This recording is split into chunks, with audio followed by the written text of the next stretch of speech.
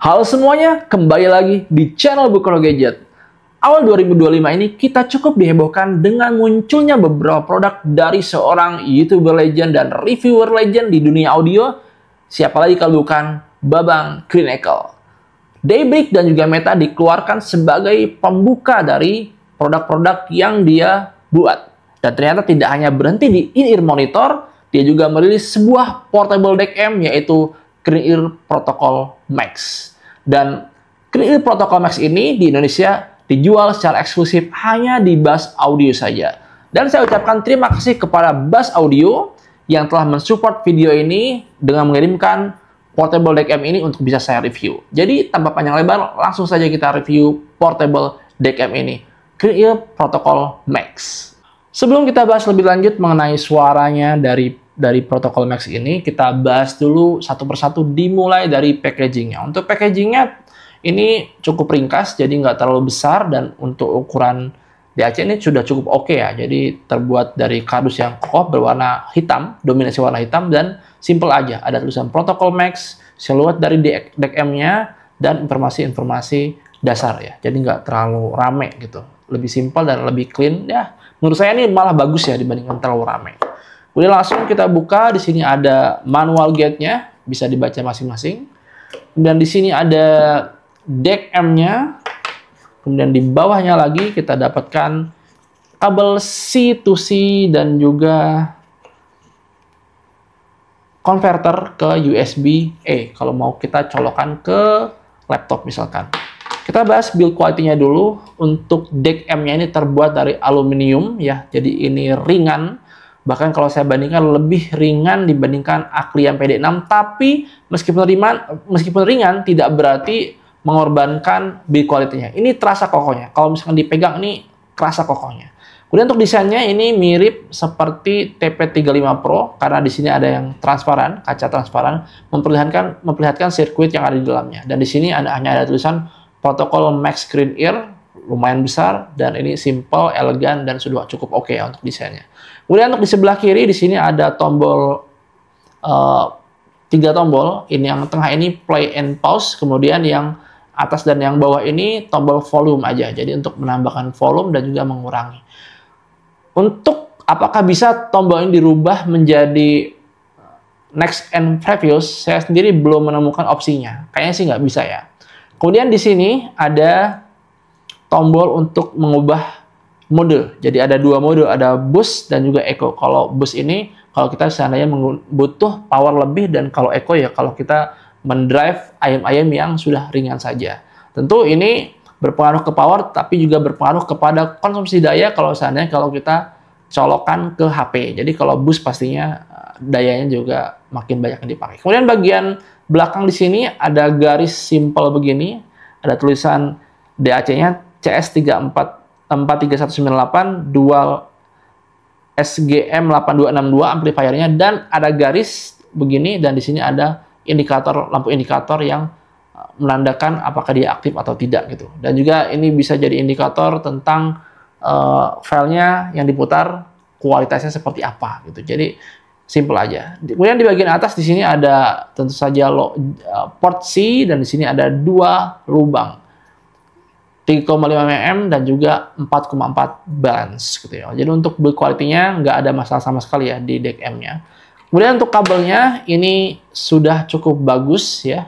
Ini juga hitam saja, dan lihat ini di braid begini 4 braid, dan ada sleeve-nya dari kain berwarna hitam. Dan ini bagus ya. Jadi kayaknya saya belum menemukan ya, jadi kabel dari DAC yang di strip dengan kain warna hitam ini. Jadi desain jadi terasa lebih kokoh dan juga secara estetika lebih bagus ya. Kemudian ini juga untuk, kalau ini standar aja biasa, jadi kelengkapannya ini saja dan sudah cukup esensial. Oke, untuk build quality-nya sebenarnya saya tidak ada masalah sama sekali, tapi sebenarnya kalau sedikit subjektif saya, ini masalah di user experience-nya. Kenapa? Ini masalah ketersediaan tombolnya. Jadi karena ini 3 tombol ini ya, hanya ada untuk volume saja, dan plus dan minus. Ini sayangnya tidak ada opsi misalkan ini jadi multifungsi. Misalkan kalau ditekan lama, previous atau next song, atau sebaliknya. Jadi misalkan ini tombol previous dan next, kemudian untuk misalkan ingin volume misalkan ditahan lama. Ya, ini kalau saatnya bisa, ini udah oke banget. Semoga bisa diatasi dengan update software ya. Sebab itu saya dapati misalkan di Akliam PD6 ini. Akliam PD6 ini tombolnya jadi untuk volume dan plus minusnya itu multifungsi ya. Jadi bisa dipakai untuk previous dan next song, tapi juga bisa dipilih untuk volume juga gitu. Jadi di tombol yang sama mempunyai dua fungsi yang berbeda. Ini kalau seandainya bisa dihadirkan, ini untuk user experience enak banget. Kemudian yang menjadi catatan saya juga ini tentang absennya untuk display-nya. Jadi nggak ada display sama sekali. Sebenarnya nggak ada masalah ya. Paling satu hal yang menjadi masalah adalah kita nggak tahu nih volumenya berapa gitu ya. Jadi kalau misalkan kita pengen tahu, kalau untuk casual use sih nggak masalah. Tapi kalau misalkan yang pengen review, jadi pengen misalkan tahu listeningnya itu di volume berapa yang enak di sini, kita nggak tahu secara presisi ini angkanya berapa. Kenapa? Karena memang nggak ada indikator sama sekali gitu. Ini kita sedang mendengarkan musik itu di volume berapa. Tapi ya itu hanya tambahan saja gitu ya. Kalau misalnya di Akliam kan ini di sini lengkap ya. Kalau di Akliam tuh di sini ada display itu cukup lengkap, jadi ada volume, kemudian ada mode high, gain dan seterusnya, itu bisa diatur di sini semua. Kalau di sini enggak, simple aja gitu ya. Jadi enggak ada display sama sekali. Oke, kita masuk ke suaranya. Gimana nih dengan suara di protokol Max Clean Ear?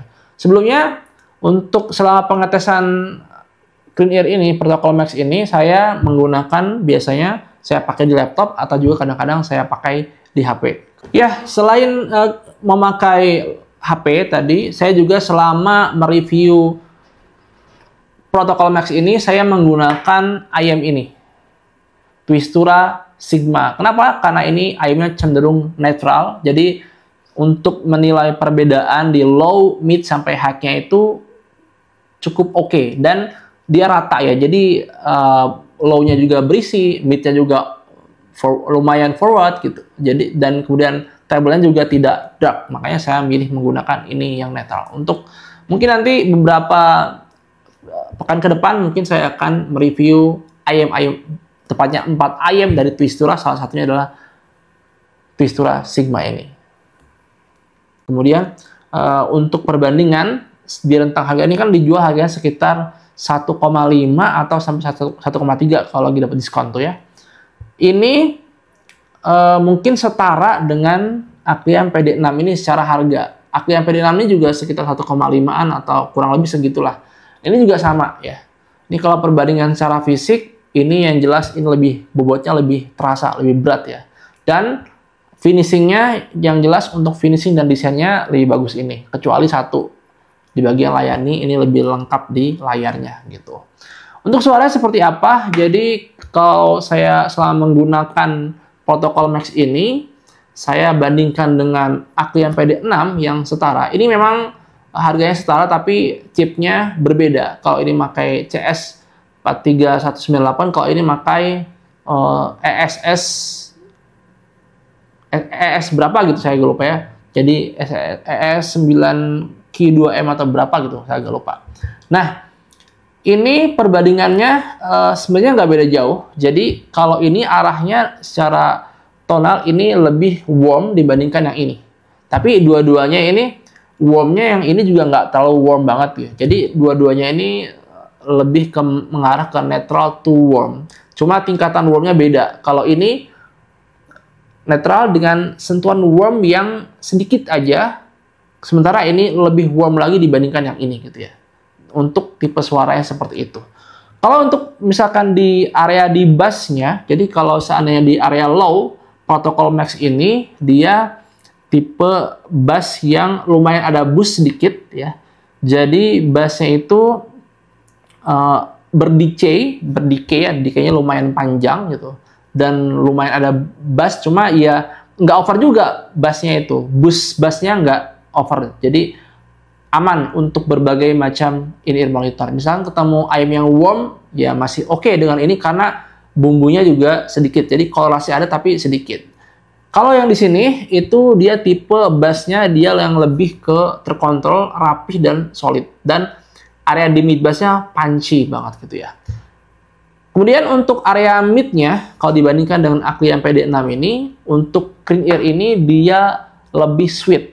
Jadi kalau yang vokal-vokal lovers ya, saya sih lebih menyarankan yang ini, yang Protocol Max. Dia lebih sweet dan juga lebih forward. Sementara kalau ini dia masih ada sweetnya tapi ya netral aja gitu. Jadi nggak yang terlalu di forward atau gimana. Jadi antara dua ini yang lebih sweet untuk vokalan. Kalau ini enggak ya. Jadi bukan nggak sweet sih, tapi dia lebih netral dibandingkan ini di segi midnya.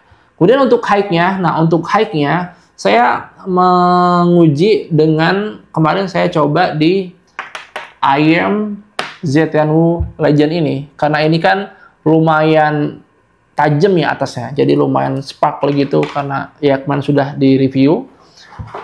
Kalau memakai yang ini, dia ngikutin ke IEM-nya, jadi memang masih agak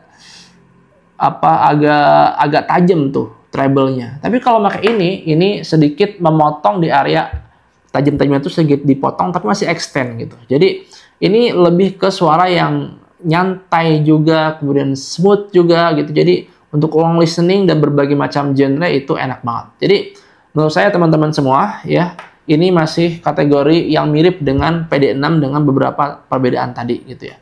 Jadi kalau menurut saya untuk memilih source, menurut saya kalau seandainya teman-teman misalkan belum menemukan tuning suara yang disuka, misalkan belum masih mencari tahu misalnya ini lebih suka yang warm atau suka yang bright, jalan tengahnya itu milih yang neutral to warm atau neutral to bright. Jangan yang bright sekalian atau yang warm sekalian. Kenapa? Karena ketika kita misalkan masih masa pencarian tentang suara seperti apa yang kita suka, kemudian IEM apa yang kita suka, sering gonta-ganti IEM, lebih baik cari yang lebih di tengah gitu ya. Karena kalau seandainya source itu misalkan dia lebih cenderung ke neutral to warm atau neutral to bright, kalau seandainya ketemu berbagai macam IEM yang dia beda-beda karakter, itu akan oke-oke aja. Beda kalau misalnya kita misalkan misalkan source kita warm misalkan, ketemu lagi IEM yang warm, itu bakal nggak sinergi karena akhirnya nanti over warm. Kalau ini warmnya masih enak dua-duanya, jadi untuk di pair ke berbagai macam IEM dengan tipe suara yang berbeda, ini oke banget gitu ya. Kemudian bagaimana dengan teknikalitasnya? Kalau untuk teknikalitas antara ini dan ini menurut saya perbedaannya tipis aja. Jadi kalau seandainya ini teknikalitasnya lebih tinggi sedikit ya. Jadi untuk misalkan resolusi, kemudian untuk wake note-nya kan, dan kejernihan suara, clarity ini sedikit lebih menang tapi nggak jauh dari ini. Jadi kalau saya kategorikan kalau misalkan ini sama ini lebih ke musikal kalau dibandingkan ini. Kalau ini lebih ke teknikal gitu ya. Jadi tapi dua-duanya sudah enak banget. Kemudian untuk masalah power, untuk power di sini saya kira ini juga tidak jauh berbeda, dan saya sebenarnya tidak terlalu mengerti juga penghitungannya karena ini kalau di atas kertas itu kan 600 mW tapi di impedance 16 ohm. Tapi kalau ini 480 tapi di impedance 32. Menurut saya sih kayaknya masih besaran ini secara power, tapi kan ini juga beda chip dan juga kemudian beda amplifiernya. Antara amplifier ini dan ini juga beda. Nah ini mungkin saya nggak tahu bagi teman-teman yang lebih paham kira-kira seperti apa tuh. Kalau kayaknya sih menurut saya sih lebih besar yang ini ya secara power. Tapi untuk kebanyakan ear monitor ini sudah cukup banget. Dan ini untuk saya ini cukup direkomendasikan terutama bagi teman-teman yang masih memulai hobi IEM ini, kemudian masih ingin mencoba berbagai macam IEM dengan berbagai tipe suaranya dan pengen dapat source yang oke untuk berbagai macam IEM, ini udah cocok banget. Sama seperti ini juga, cuma ini kelebihannya yang tadi ya, lebih musikal, lebih fun, dan lebih sweet gitu ya. Kemudian kayaknya itu saja review saya. Ini di harga 1,3, kalau dapat 1,3, 1,5 ini sudah oke banget untuk dijadikan source andalan bagi teman-teman yang baru memulai hobi ini. Tapi kalau bagi teman-teman yang sudah tahu tipe suara apa yang diinginkan dan sudah tahu juga IEM apa yang ingin dicari tipe suaranya, ya silakan saja. Kalau misalkan sukanya warm, silakan cari yang warm gitu ya. Atau yang suka yang bright ya cari yang bright. Tapi kalau misalkan teman-teman semua masih bingung dan masih awal-awal menapaki hobi ini, maka cari source yang cenderung netral, slightly warm atau slightly bright gitu aja. Itu aja teman-teman review dari saya tentang protokol Max ini. Dan jangan lupa kalau misalnya mau beli protokol Max, ini hanya tersedia di Indonesia, eksklusif di Buzz Audio saja. Sampai jumpa di review selanjutnya. Bye-bye.